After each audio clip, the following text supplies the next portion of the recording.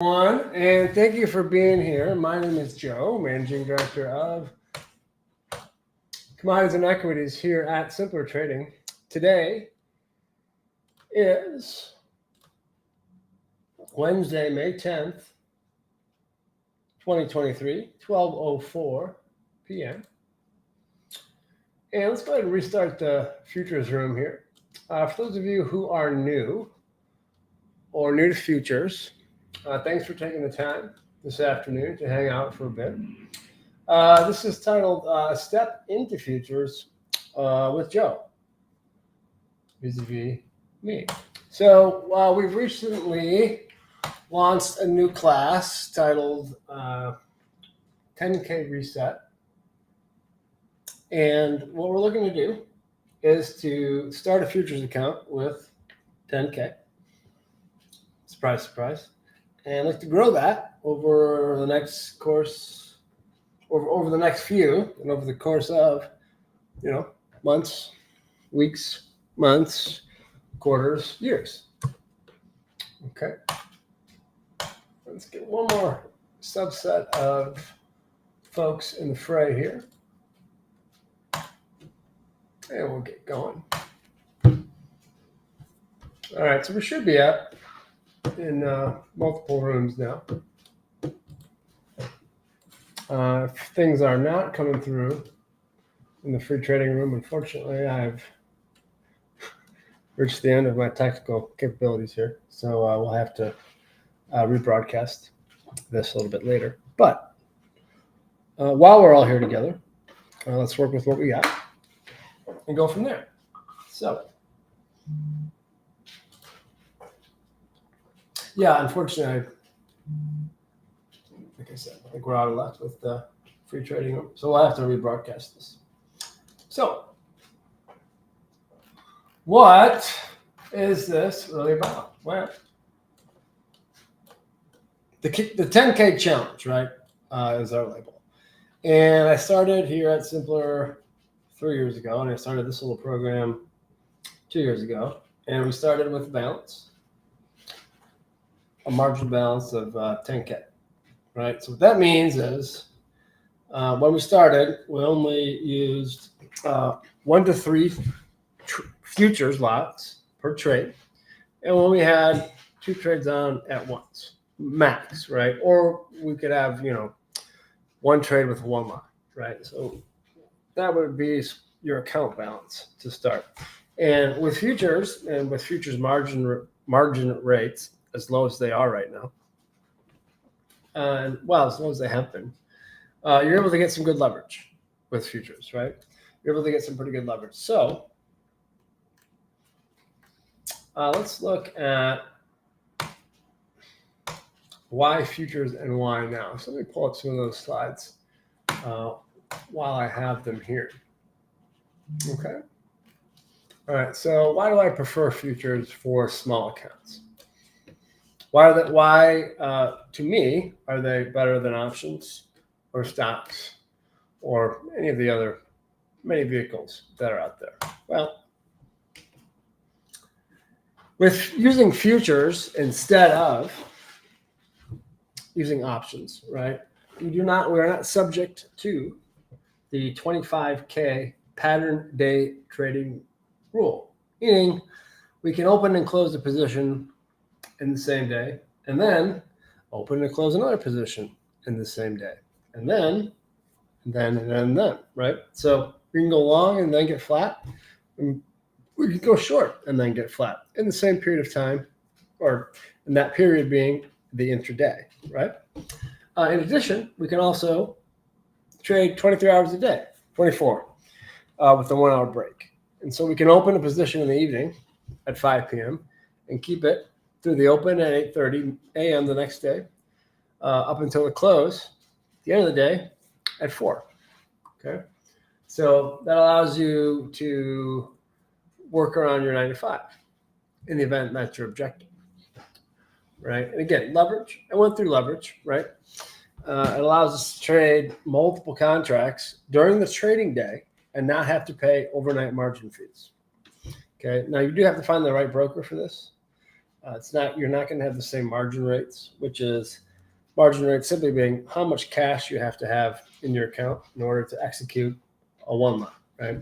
So they could have a $10,000 margin rate, for instance, which would mean in order to trade a one lot, you would have to have $10,000 of cash in your account, right? But they could have a $1,000 margin rate, meaning in order to trade a one lot, you have to have $1,000 in your account. So what we're doing is we're picking 10K as our benchmark to start, and we want to pair up with a broker that gives you a margin rate closer to 1K than 10K, right? And that's going to allow you a little bit more flexibility, right, over the course of the day. Of course, with increased leverage is increased risk. And if you're doing it properly, it's also increased reward. So it's about managing that risk reward, not only on a trade-to-trade basis, but day-to-day, which is especially important when you're getting started, right? Because you have a lower margin for error. Because you can only deleverage yourself so much, meaning you can only trade as little as a one lot, right? Now you can get into micros, of course, which is a different discussion. But once you start getting into micros, then the longer you trade micros, the more fees that you're going to have to pay, meaning how much you pay the brokerage to buy something and then sell something, right? They collect a little bit of that spread. And it's a small amount in the grand scheme of things, if you're properly managing your risk. But if your reward is small with a smaller size profit, then that $5 chunk that they take off is going to be a larger portion of your profits, or make a larger portion of your loss, right? So it's going to pull you in a little bit. So that's what you want to avoid. So in the event you do use micros, and I'll take a moment to discuss what they are, of course, but since we got a little time, I'd like to go through it a little bit more slowly here, since we're not on a big time crunch. But it's important to remember, very important to remember. And again, we'll loop back later. And then liquidity, right? Meaning if you're trading something that has a small margin rate, so to speak, right? Your inherent thought is, okay, it's a small margin rate, meaning there's small size, so there's not going to be a lot of people in there. So if you want to go long, right, and buy something, you might have to pay up beyond market value to get that long position, or vice versa to get short. However, that is not the case. The liquidity is very, very high. So if the S&P is trading 41.26, you can probably get long at 41.26.2, right there, real close. Or if you want to get short and the S&P is trading 41.26, you can probably get short at 41.25.8, right? Real close. And that's as small of a gap, pretty much, that you'll ever have in the S&P, and that's where it's trading right now. And that's typically the case. Now, sometimes, instead of having to pay a point to get in or out, you can pay a half point. It gets smaller, right? The example I used just now was a quarter point. So liquidity, it allows you to get in and get out without having to overpay for an asset. Okay, so that really goes a long way. It really goes a long way. So let's take that one step further. Futures, what's the point? Well, thousands and thousands of stocks, lots of options. Options can be a good thing, for sure. But in a market like this, and especially with small accounts, okay, especially with small accounts, and let's reset our audio bridge real quick.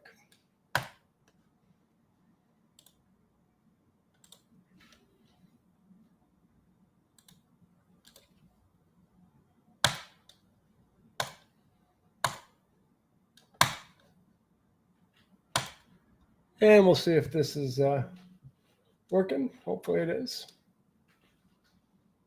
If not, that's a shame. So, with the market selection being a little simpler, right? Because what we're going to do and how we're going to make it simpler for ourselves is we're going to trade what? Baskets of stocks. We're going to trade the S&P 500, or we're going to trade the NASDAQ, or we're going to trade the Dow, right? And so there's a future product out there that represents all of the S&P stocks in one bundle, or it represents all of the Dow Jones stocks in one bundle, or et cetera, et cetera. So we're going to focus on those three markets. Okay, the S&P 500 as a whole, the Dow Jones as a whole, and the NASDAQ. You guessed it, as a whole. Okay, so again, that does make our life a lot easier. And the other thought, to take that one step further, is the movement of a group of 500 stocks is going to be a little bit more stable than the movement of one stock, right? And in market conditions like this, where the S&P's sticking in a 100-point range, and in order to provide a little more context on what that means, let's look at it as a single entity. Okay, so this is the S&P 500 chart. Okay, so each candlestick here, let's make that a 6-hour chart. Okay, so each candlestick is going to represent 6 hours of movement, 6 hours of price movement. How high and how low did it go over the course of that 6 hours? Let's zoom in a little bit. And in the event you're not familiar with this concept, we'll drill in for a moment here. All right, so what's a candlestick chart? Well, this candlestick right here on the right, okay, we'll zoom in even more. The top of that bar, that vertical bar there, represents how high it traded in that 6-hour period. The bottom of said bar is how low it traded in that 6-hour period. Okay. And all right, then we look at the next candlestick chart, right? Well, this is the preceding 6-hour period. There's the high, there's the low, and so on and so forth. So we, start stacking up these 6-hour charts, or these bars on top of each other. And then we can see, all right, this is how far, this is where it was trading. This is the range, right? So up here, this is the highest bar at the highest price. This is the lowest bar at the lowest price. So if we go ahead and make some little lines, you can see at this green line at the bottom, that's the low, which is priced at 40.60. We look at this red line at the top, that's the high at 42.05. Right, so the range over this time span went from 4,200 to 40.60. Right, so it's been 40 points. Okay, and this goes back to about April 20th. Right, so about the last 2 weeks. Now, if we condense this chart, as you see here, we get more time. We get more time. Okay, and so we look back. Say, wow, you see those lines we drew in over here on the right. Okay, so again, if I were to move this chart over to the left, okay, see, this is where we focus. This is where we stay, right in here. We could add a little bit more time. All right, well, that range expands, right? So these lines come out a little further. All right, now they start coming out a little bit more, and so on and so forth. Okay, so the thought by trading one of these entities, meaning all of the S&P stocks or all of the NASDAQ stocks at once, is there'll be a little bit more stability. Okay, so when we're trading a small account, we do want a degree of stability.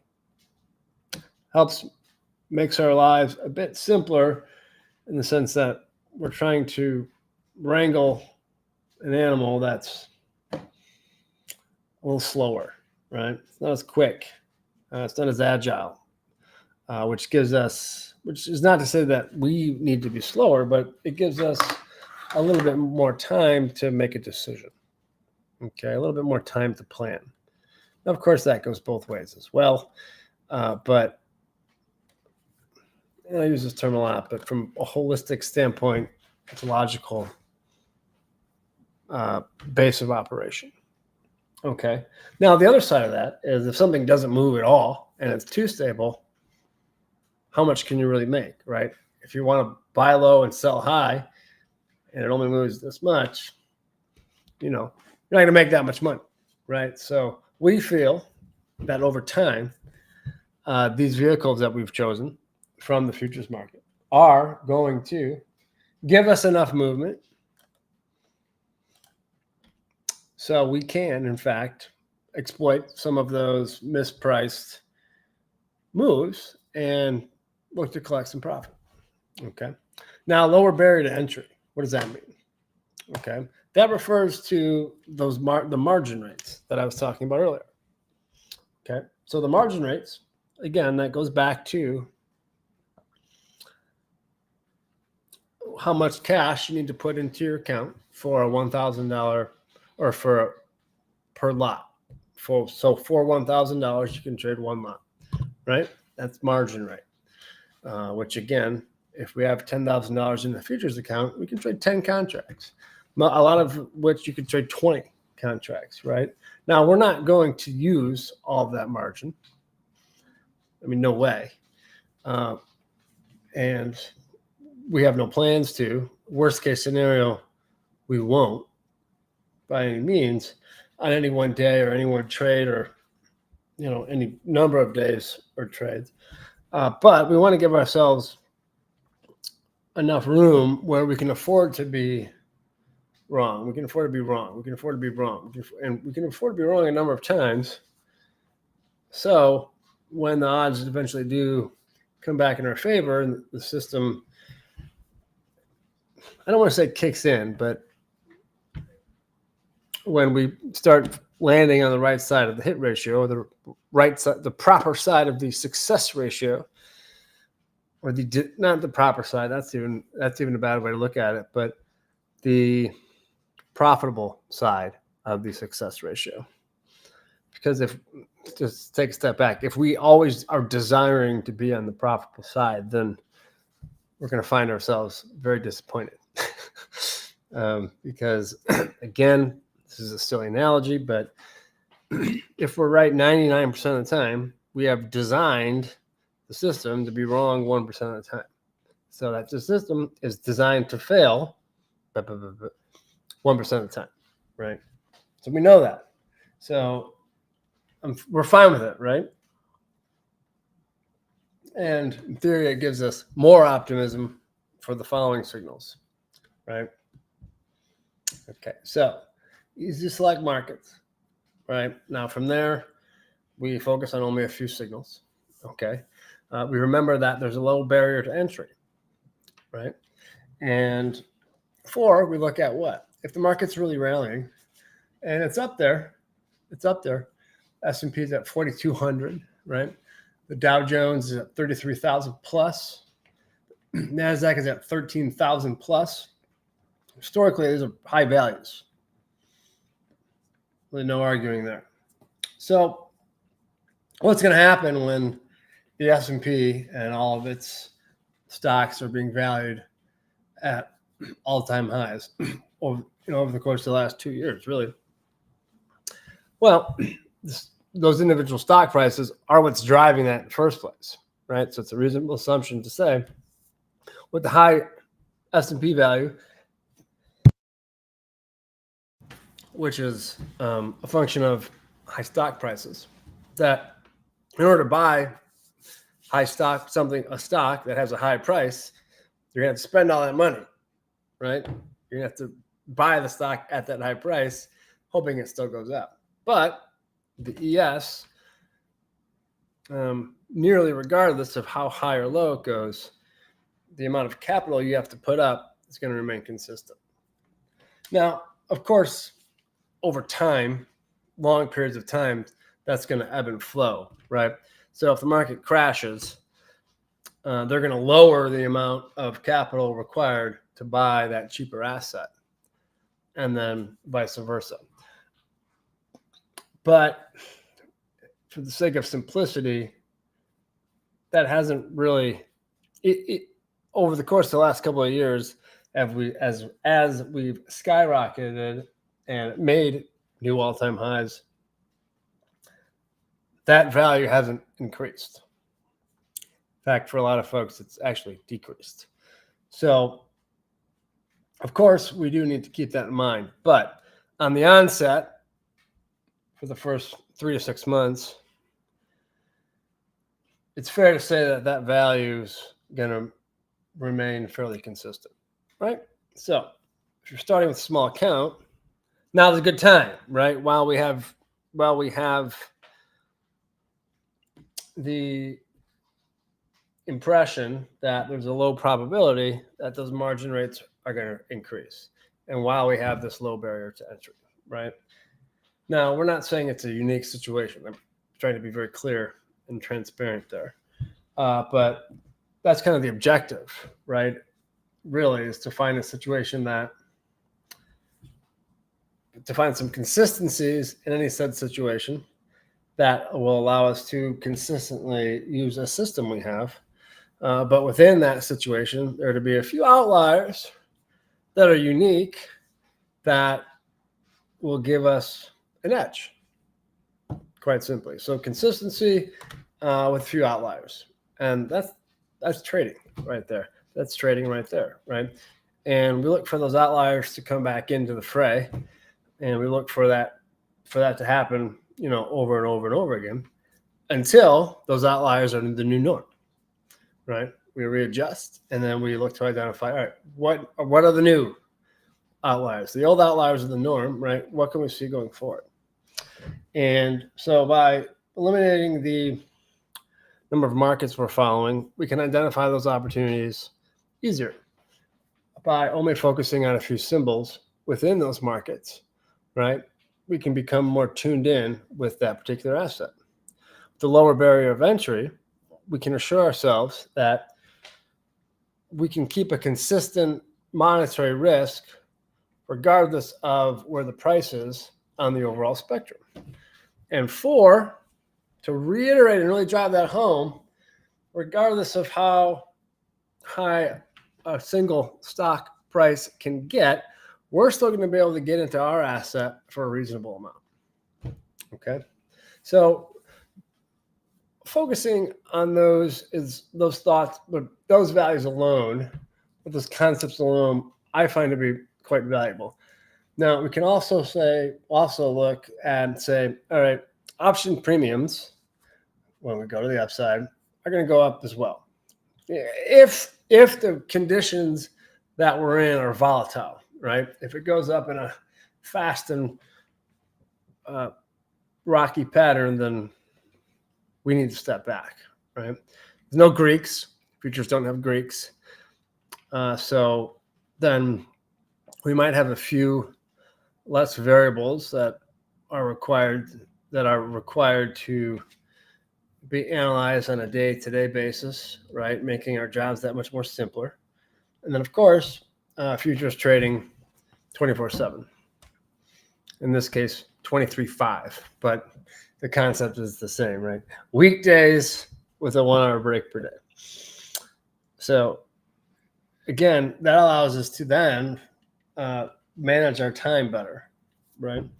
Where, we know that we can't only trade in this specific subset. Yeah, we can widen it out. And then from there, we can drill in on the minutes or the hours that we think it's best to be at the desk. So, you're not obligated to be there either 24 hours or, for this specific time set all the time, because that's when the market's available to you, right? Now, we do try and drill in on specific hours so you can plan your schedule around that. But the hours are based off of the opportunity, right? There's no opportunity, we're not going we're not going to identify that time interval as optimal. Versus, we're not going to assign something. We're not going to assign a time interval as optimal simply because it's available and there's nothing else available, which by definition would make it optimal, right? It's available. There's no other time. So as far as optimizing, you don't get any better than that, right? In this case, that close window is not a factor. So it really helps us and again, all of these variables, any one or two of them alone, especially when you're starting a small account, I would imagine you as a retail trader would find pretty darn valuable. Much less if we take all of them and throw them in one basket. And then on top of that, we look at, some recent, well, I guess they're not recent. They go back 2 years, but I did another one of this 10K reset things in January just to see where we were, because I updated some of my risk variables, so to speak, and we did well, right? Started with 10, 60. Did it really at 60 now? Yeah. 52 and 10, 62, yeah. So, yeah, we're killing it. Let's see.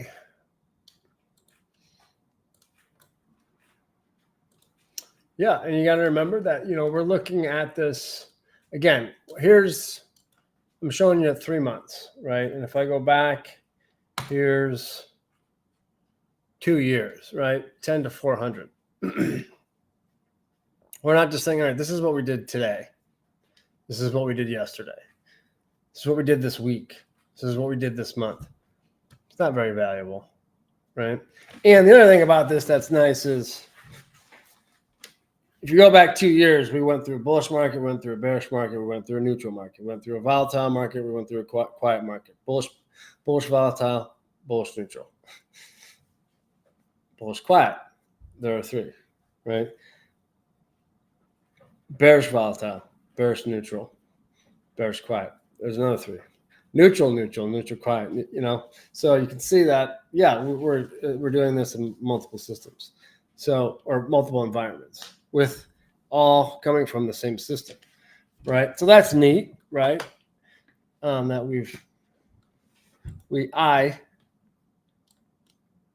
frankly, I and I alone have,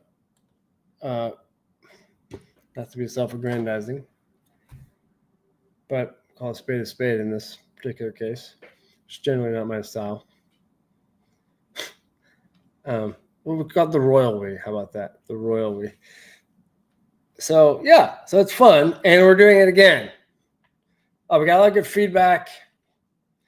We did a webinar the other day, and I was very flattered with the interest that we had.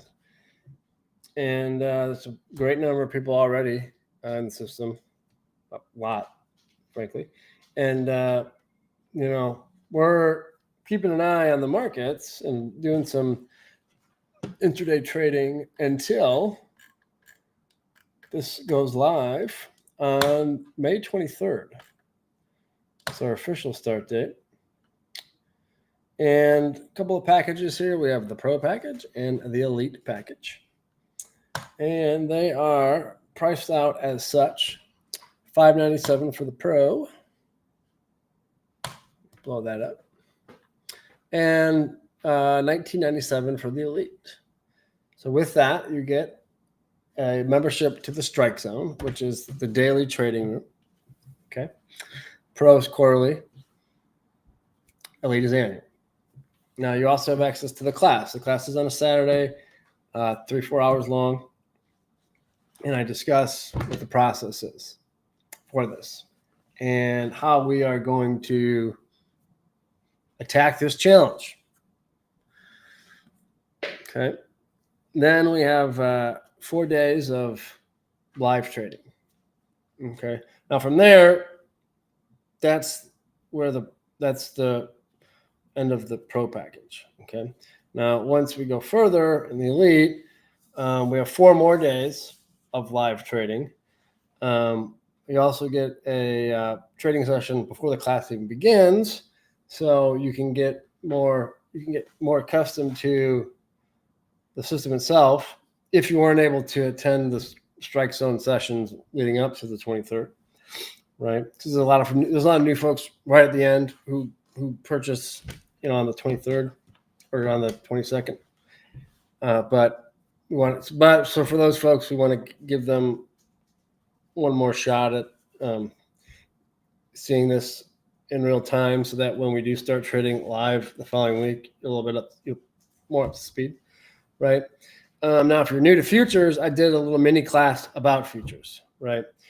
Similar vein to what I went through earlier, but you can kind of expand it into the, I don't want to say granular, I say that a lot, but the simple setup process for what's a future, what's the ES, how much is it worth? If you buy one and then sell one, how much do you make or lose, right? It's real simple. And I haven't done a class like that in a while. But I did one for this, and that was a lot of fun. And it turned out pretty good. So you have access to that. And then there's also going to be a bonus session that's about trading long term. Okay. But that's not all. Looks like I skipped over something. So there are 8 additional 1-hour classes. This goes through August. So it's quite the program. And those are the Strike Zone Mastery workshops, right? So within the Strike Zone membership, I work with the folks individually for 1 hour a week. And we're going to go through specific topics in those 1 hour periods. Okay. Now, in order to come back to the Strike Zone, yes, I work with Strike Zone 1 hour a week about something specifically curated. But in addition to that, I trade live with them every day for 1 to 3 hours, 1 to 4 hours, depending on. Well, I guess the minimum is what, 90 minutes, 90 minutes to 3 hours every day, and there's a schedule posted as to when I will be on the mic and will be in the room. And then there's a lot more ad hoc stuff. So, if we don't get a trade during that, specified 90-minute period on the open or 90-minute period on the close, sometimes they'll circle back and maybe we'll look for something else. In an ideal world, we'll all have one trade during that 1 hour period, and we screw off, and that's that. And we'll make $1 billion during that period, and we're all set. I mean, how much more optimized than that do we really want to get? Now, that's not realistic, right? Because, and that's, I don't even like using that as an example, but we want to work the percentages, right? So going back 400 days, 380, right? We have 230 up days, 150 down days. Let's call it 375 by 235. We'll round against, right? So we expect to be right some and wrong some. And in futures, that's what's nice, is you can afford to be, really, if you're managing your risk right. And that's the whole objective of the whole system. It's to properly manage your risk. So with that small account, you can give it a shot to kick it up, right? So that's what we're doing on the 23rd, is we're starting with that small account, that 10K, and we're going to look to kick it up, right? We kicked 10 to 400 something a while ago. Now I'm going to keep going with that, right? And the thought is, okay, we kicked that 10 up to 20. And this is not to be presented as a foregone conclusion or promise, right? That said, had you started any one of the last 60 days, on this graph here with 10K, you'd be good to go. So, but past performance is not indicative of future results. I'll be the first one to tell you that. Especially with risk management, right? But that's the only thing. It's the only thing I really focus on at the end of the day. You're going to hear me talk about risk and losses until your ears bleed. But as long as you have a tissue, you'll be fine. So, not to be negative. I'll probably get a note about that in my presenter skills. But you guys, I just want to be honest and tell you how I look at the markets, because it's not this. It's different than most, and I'll get into some topics that you might not find very valuable at the time, but looking back on it, like, yeah, now I see. So we're trying to work a few aha moments in there as well, and it gives me a lot of aha moments too, circling back and taking a look at things again. So, okay, so with that, I am going to step aside. Thanks to all the YouTube folks. You guys have been great. We will repost this, of course, and we'll get it out to the free trading room as well. Strike Zone folks, we can try and send the link out to you folks as well. It'll be on YouTube, but we'll try and give you a direct portal in the event you want to take a gander at what we had to offer again. But with that, I am going to get going and see what else. See if there's anything else on tap for trades today. And keep this train moving. So thanks again for being here. I appreciate it. Lots of love. And from everyone here at Simpler Trading and the Strike Zone, my name is